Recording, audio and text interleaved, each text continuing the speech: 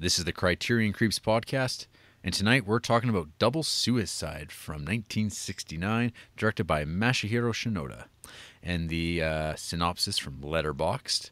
Successful and married with children, paper mill owner Jihai knows better than to contradict the strict social and moral codes of 18th century Japan. But when he meets the lovely courtesan Karua, whatever the fuck, he becomes a man obsessed. Kohura returns his love even forgoing other customers while Jihai schemes to somehow buy her freedom. His efforts yield ruinous consequences for his business and his family life, and Kohura is meanwhile purchased by another client. So I had never seen this movie before. Right. And when I logged this movie onto the old letterbox, I noticed that no one I follow has seen this movie really, except for one person that only really watches experimental weirdo movies. No one's watched this movie. It's kind of obscure, and even the number of views it has, I think it's on a list of high rated movies with low views. Mm-hmm. And I'm like, I guess it's never really gotten that Criterion rub where you see a lot more people watching it. But there's been a few of those that we've come across. I've never really heard anyone talk much about the director either, or this What's movie. His name? Masahiro Shinoda. Okay. And I think there's a few other films. There's a collection, those Eclipse collections where they're the cheap, the cheap packages of his stuff. But yeah, so I said last week, I kind of went into this blind, not really knowing the first thing about it. I think before I started, I did read the synopsis just so I kind of knew, okay, what's this all about? And so I'm like, okay. So I started the movie, and it's whoa, puppets. And I'm like, Being John Malkovich. Whoa, phone calls, meta narratives, and then I was like, whoa, hey now. This could be really cool. And then I'm like, okay, so I'm like, Masahiro Shinoda. Oh, he belongs to the Japanese New Wave, which I guess is something like the French New Wave, but Japanese. And then I'm like, yeah, it makes sense. There was the 60s wave of these kind of artier black and white Japanese movies that are there's the whole we've watched a few of those at this point. We watched those Seijin Suzuki movies that were kind of crazy, those those wacky Yakuza those movies that were okay. Yeah, they're just kind of okay. So this is a movie that I knew nothing about. But it starts off with this all these elements of we're breaking down those fourth walls. We're really going to play up the artifice of theater and drama and make it so the audience is aware they're watching a movie. And there's elements of the kabuki theater, which I'm not going to pretend to be an expert on at all because I'm not. I know what it is because I've watched movies about kabuki theater troupes in Floating Weeds with Ozu, and I've seen it in anime movies and Kurosawa movies. I've seen references to it, but I don't really know. I know it's a very kind of it's not Western style theater. It's the closest thing would be kind of pantomime, where it's very white, extreme makeup and kind of addressing the audience, playing to the cheap seats, which isn't not even an accurate way of talking about it. Because again, I'm not an expert on kabuki. It's very expressive, and so you're kind of aware of it. And so this movie decided to approach this material by making you aware that this is based on an 18th century story, I guess. And yeah, I mean, it doesn't let you really forget all that often that you're watching a movie because one of the things that I thought was kind of neat at the beginning was they have, when they need to do something involving moving of characters or objects, they have actors wearing black. And the idea is that against a black backdrop, you can have these black figures that kind of look like ninjas or kind of figures of death, kind of shifting in, moving characters around. And you're like, oh, that works in a theatrical sense. In a movie, you could do things in a different way. You could put it on string. You could just deliver that information in a different way. But they decided, no, we're going to keep that aspect of the theater in this movie and just see what the effect of that is, where you're aware that you're watching a construction of a story. And so these things kind of going into it, I've had a weird experience watching these Japanese movies from the 50s and 60s, and it's I don't know. I have to be in the right mood to maybe watch this stuff because I found with Double Suicide, I like this movie looks awesome. Like the cinematography looks great. Like the photography is great. I can't get a real gauge on the acting or performances because it's Japanese. It's very theatrical. So I don't know if the acting is good or not. It's just kind of there, and it seems serviceable. But at the same time, I'm also like, I was never really into the story at any point. Like I got the story and figured it out and realized like it's kind of got this like kind of jarring kind of pacing to how the elements of the story unfurl, because it opens up kind of at like telling you that you're watching a movie or a movie production about this, and then it cuts to the end of the movie, and then it kind of works its way backwards, but it's like not even quite backwards. It kind of jumps back and forth, telling you different elements as it goes along. And I don't know. Sometimes you just want to watch a straightforward telling of the story, so it kind of pulls you along near, like dramatically. And so obviously, Shinoda here decided, no, that's too easy. That's been done before. Let's break it down because we're making a movie that's like about breaking down the artifice of like the theater and making you aware that you're watching a theatrical experience. We're all going to break down the rules of cinema, which is very new wave of the 60s. I mean, this would be like very a Godardian kind of trick of like kind of like making you aware that you're watching a movie and like letting the audience kind of like be mentally engaged with what you're doing in cinematic terms. But I don't know, like at the same time, I just like wasn't super into what was happening, and I was kind of like, yeah, I don't know, I don't know about this. I don't know about this double suicide. But there's like other things I do like about it, and then like I'll get into, but I'll throw it to you, RJ, because I got some other notes that I'll unfurl, because I've got issues with plays, I think, in the Criterion Collection and like theatrical productions, things like Henry V and the Magic Flute, that like kind of like, I don't know, unless it's Dogville, I'm not like a fan of these types of films. But RJ, what did you think of Double Suicide? All right, man, I'm gonna lay it on you right here. Yep. This movie is weird. I think this is a very weird movie. My first note was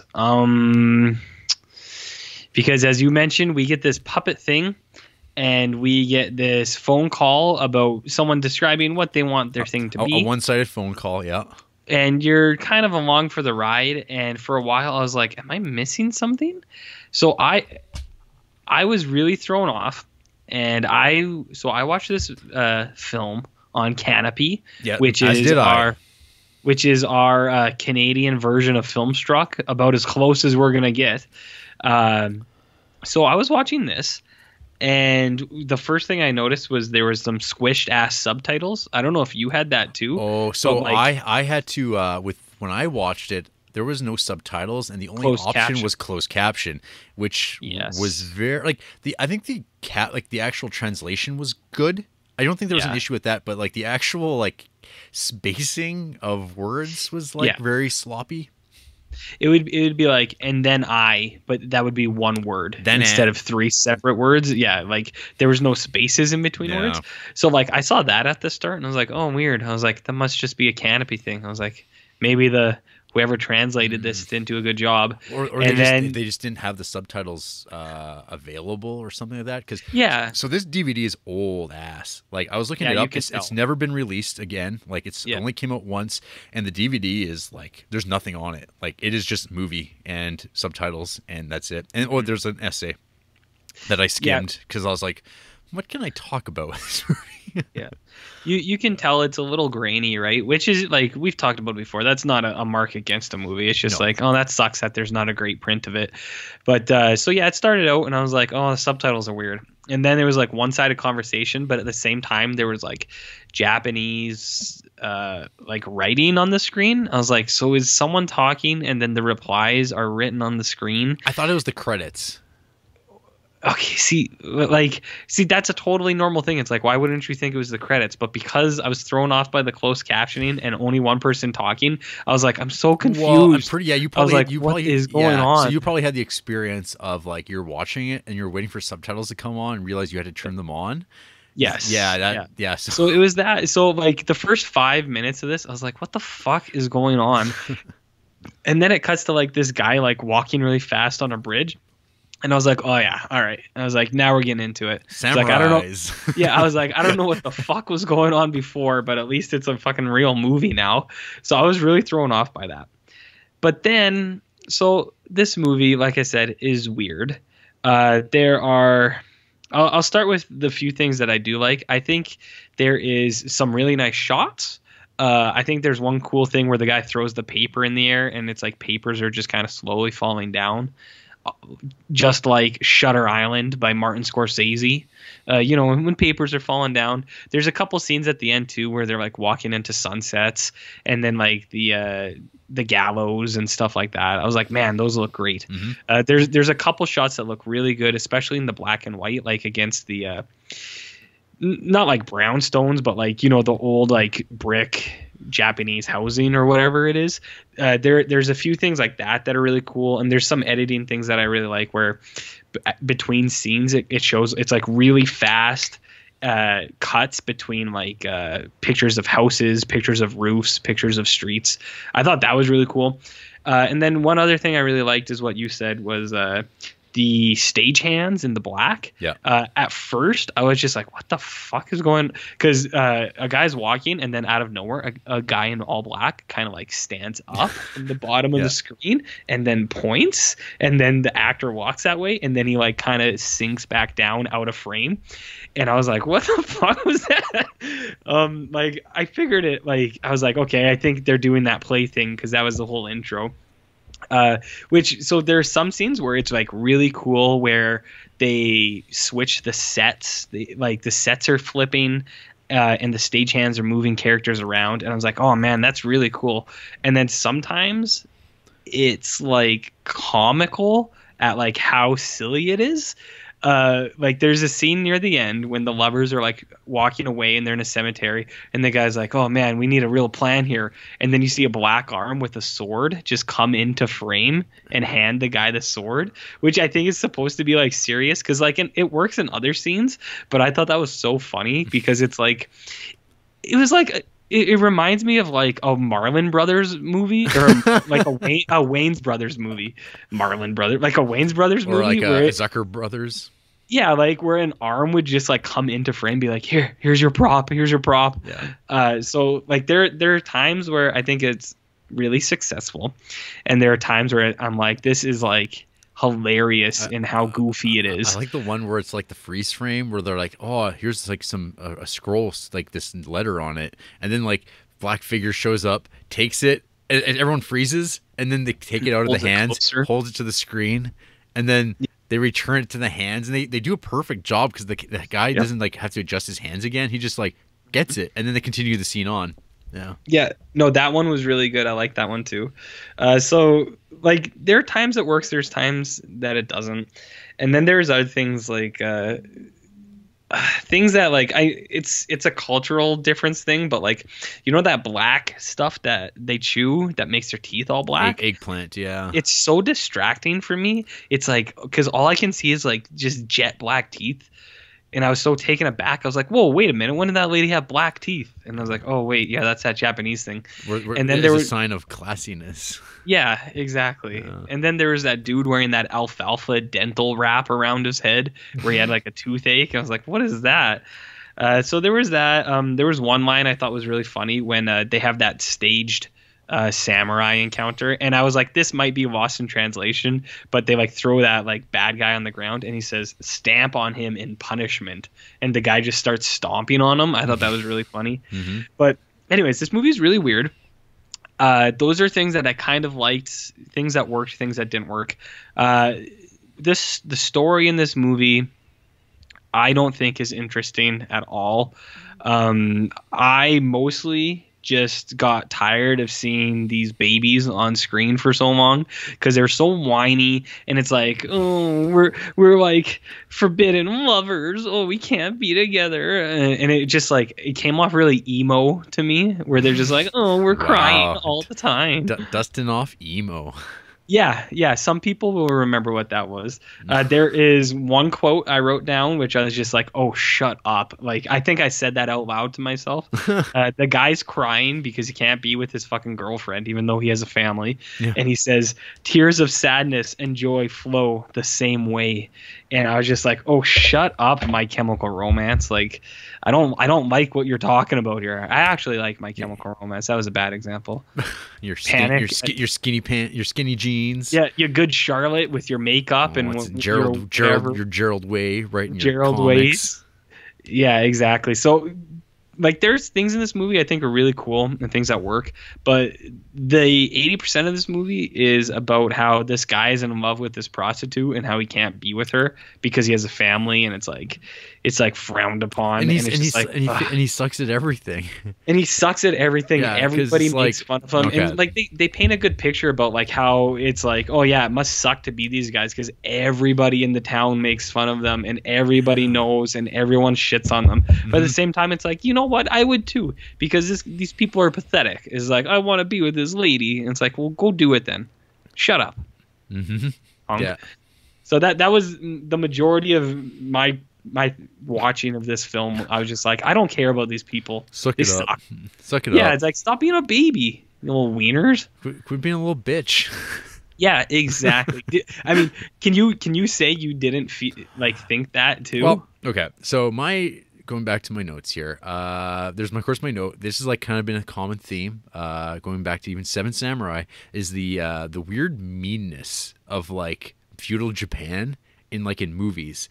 Like, there's always a consistent thing of like how cruel like this world is in these Japanese movies. We're just like, so here we got like the classic story of a prostitute woman who's now who's an indentured slave, who that's like, oh, they don't like really like, they kind of glance over the fact that it's like, yeah, your job fucking sucks. Like, it's disgusting. Dudes just come along, they rut around in you, on top of you, you writhe around, and they go, and they move on. And then you do that all day long. All day. Dudes, gross dudes come along, and they just fucking rut around because it's socially acceptable here at this point in time, and this is your job until someone comes along and it's like, all right, lady, I'm going to save you from being rutted around, or I like you enough to save you from this shitty life. And we get that scumbag rich dude who's flaunting his wealth, and he's just like hilariously like vile, because he's like, ha, I'm so rich, and that guy's such a loser because he has no money, and that's the only thing that matters.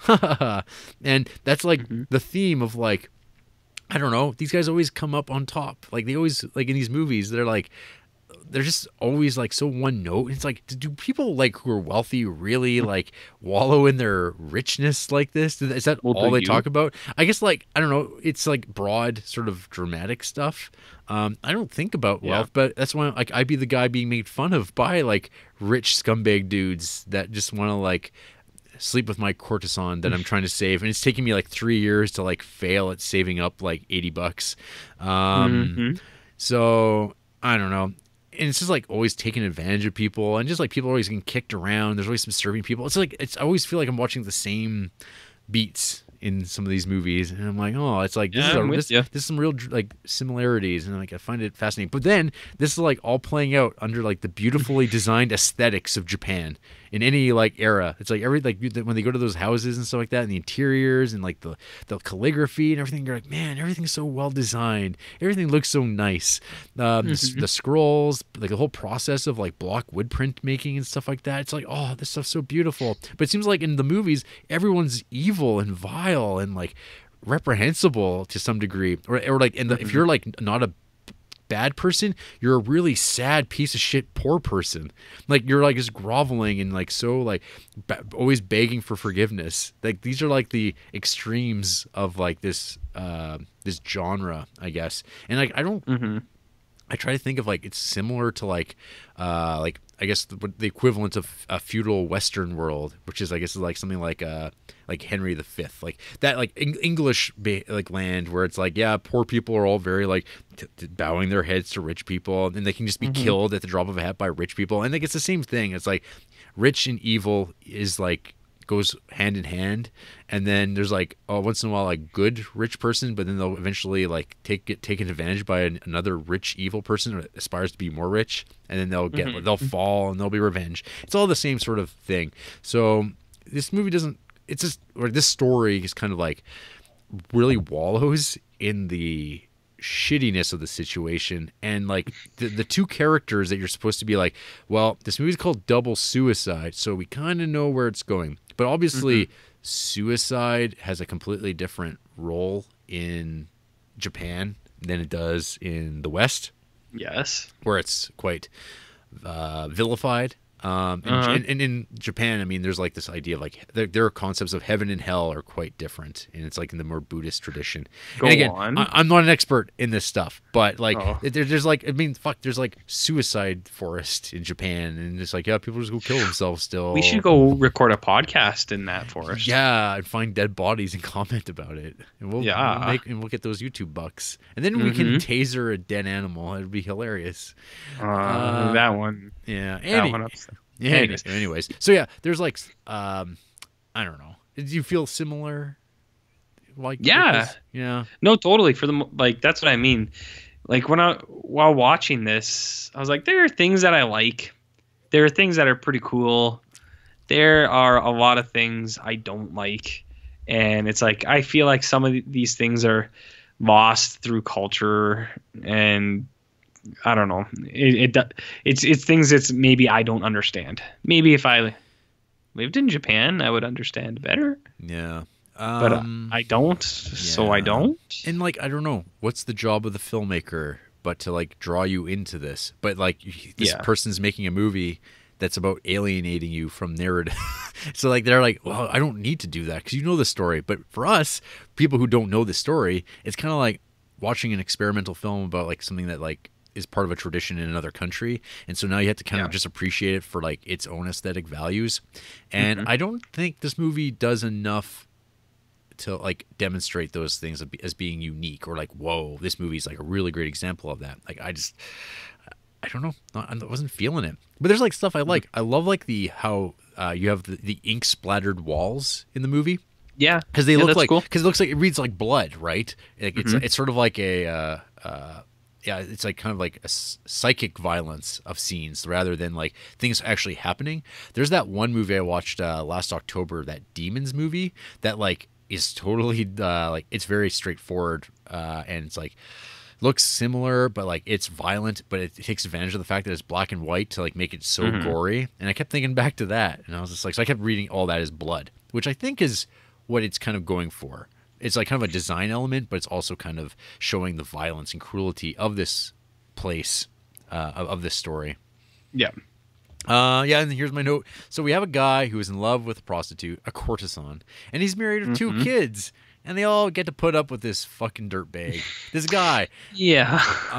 Another thing, I'll admit that being a hetero white male that does not live in Japan, there's times where I was like, who's that again? Like, it was kind of hard to tell who some people were. Like the whole thing with the stuff with the brother, like, and it's like there's like other characters that show up and they all have like those haircuts, the fucking top knot, and I'm like, who? Like, there's not enough to distinguish between certain characters. I'm like, wait, did I fall asleep? Did I miss something here? Like the brother, he was trying to like pretend to be a samurai and he was going to bail her out, but it was like a plot. And I'm like, but wait, that happened later, and now we're going back again. But there's like no real like thorough line of like what just happened again. I'm like, oh, I don't know. This is like, then it loses me, and then the movie continues on, and it all is building toward the suicide. How they're going to kill themselves? Should they kill themselves? What's the right thing to do? And this idea of relationships with the family. And it's just like a lot of people coming in yelling at these people, and they start feeling more sorry for themselves and more disgraced. And it just kind of plays out over and over and over again. And I don't know. It's not my type of movie. Sounds like a real cis male answer. It's just not. It's just not my thing, man. It's fine if it's your thing. It could be someone else's thing, but the fact that I don't know, like, there's going to be some people who are going to watch this movie for the first time because they're listening to this podcast and they want to ride along. I'm curious what they'll think when they get to it. Well, See, that's what I mean. It's a mixed bag. Like there are parts that I think are really good. There's just a lot of other parts that aren't, and it's just like, it's just not up there with the finer cinema that we watch for this show. Like all your Adam Sandler films. Yeah, that's right. Big fan. Yeah, I don't know. I don't like to think of myself as being basic, but sometimes I just want to. I don't know. What did you eat for dinner tonight? Tofu scramble wrap. Yeah, you basic girl. Yeah. I don't know. This movie is just kind of there for me. Sure is. Yeah, I don't know. Maybe other people will like it more. But I hope somebody likes this fucking movie. On the other hand, I didn't hate this movie. No, it's not bad. It's just like, whatever. Yeah, it's kind of like, you'd have to be really like, maybe if you get more into the director, you'd be like more invested in what they're doing. I like at this point, it's like a blind thing. And based on this, I'd be like, I'm not really interested in watching more of this stuff. Because there's like so many other, like, I mean, I'd rather watch more Ozu movies at this point, Kurosawa, like all the obvious Japanese directors. And there's like other like lesser known directors that I would also watch probably before this. But I don't. So, who hates double suicide? Zachary Kirkwood, 1 star. A story so rote and flimsy cannot be supported by half-baked metatextual touches that quickly become tedious. The inevitability of the doomed romance forbidden love or results in scenes presumably designed to build up intrigue, i.e. everything involving Jehai's frigid put upon wife, that flat line upon arrival. The social commentary is ham-fisted as well, in case anyone cares. I don't know. Sure. I pretty well like whatever that meant, but like, sure. I'm not sure what the social commentary is necessarily. Yeah. What do you think about that? Is there social commentary going on? I don't know. Maybe in Japanese social fucking structures. Yeah, I don't know. Not our world. Whatever is there, it seems like it's pretty plain faced, and like I couldn't really criticize it being like, well, that's what the movie's about, I guess. Yeah. So it's like, I guess it's ham fisted if it's so obvious that I don't even notice it or think about it. It's being a problem. And the text on this is so small I can barely even read what their name was. Come on. Ed Crack or something like that. 2 stars, because so few people have actually watched this movie. Yeah. This is certainly not the kind of new wave I love. Visually, it's a treat, but a story, not so much. It's a very traditional JP story, but the whole puppet thing is not put to much use. Yeah, I wanted more puppets. And it's mostly visual gimmick. Apart from that, it's same old, fate, silly honor code, etc. For me, it's a very regressive cinema, especially considering when it was made.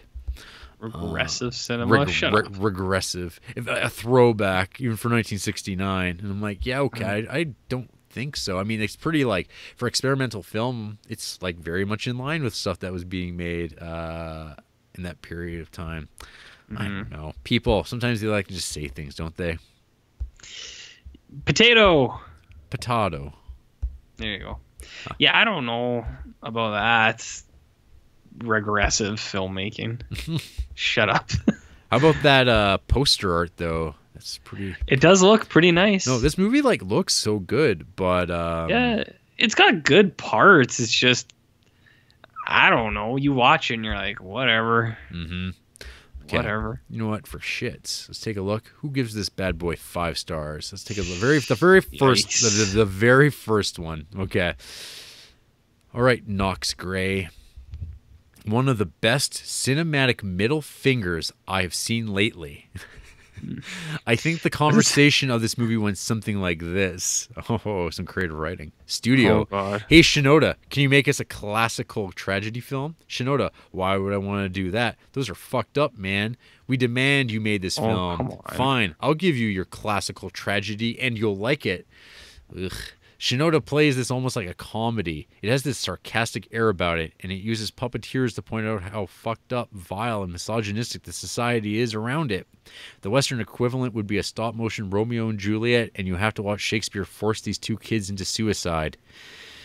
The way I picture this person is them sitting at like a pub, texting girls while writing this review, waiting for their beer and Clamato. Because it's like, hey, man, you know how this conversation went out? Yeah, Fucking tragedies are lame, nerd. Yeah, I'm gonna make one of my own. This person sucks. Okay, one more. Patrick McCoy, 5 stars. Double Suicide is another fascinating film from director Masahiro Shinoda. Shinoda's framing of the well-known story, as a Bonraku puppet play is interesting in that the film opens with a theater troupe preparing for a play. When the action begins, it is not completely realistic, although there are many realistic elements like traditional Japanese houses and clothing, blackened teeth on the women, and other period-specific details. However, the backdrop is stylized with woodblock prints and other artistic flourishes. However, the most telling detail that draws attention to this film as a contrived experience driven by the author and director is the presence of the kabuki stagehands dressed like traditional black.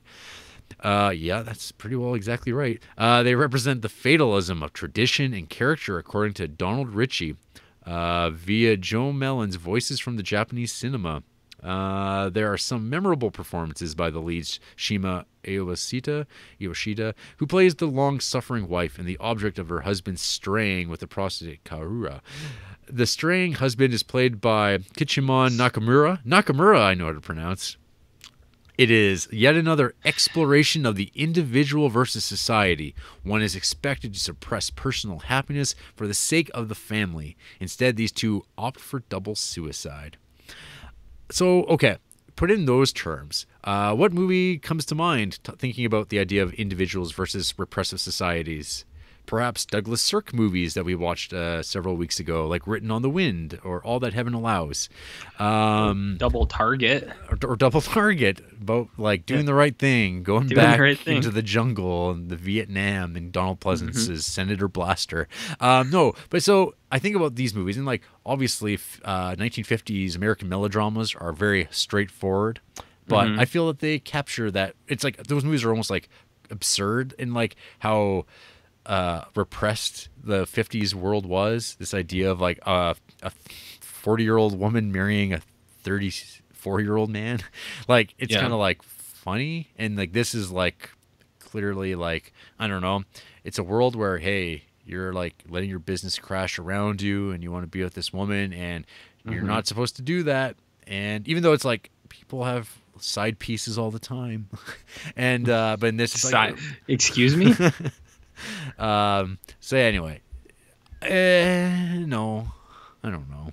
This movie doesn't do that very well. I don't think. It didn't draw me in. Really. It didn't draw me into that relationship. I didn't really feel that this was like anything of note. I didn't learn that message, I guess. You sound like a review for this podcast. Did I? Do I? Okay, maybe. Anyway, lots of 5-star reviews though. People are into it. I feel like people just do that because they're like, it's a classic. Not on the creeps. Not on the creeps. Yeah. Hey RJ, any last words before we shuffle off this mortal coil and go kill ourselves under a bridge while like dude gets hung? That bit was cool. I think that if you don't take some initiative and make this happen, it won't just be a double suicide, but it might be a murder suicide because I don't want to do this anymore. I can do this jail. Podcast. You could do some jail time? Yeah. Not with the laundry list of fucking felonies I'm leaving you. In this country, man, I'd get like a slap on the wrist. And I'd probably even get true, I'd even get a paycheck. You know, I can take those Facebook comments. Nobody's listening. It's okay. It's all good. Yep. Well, after the break, RJ and I are dead.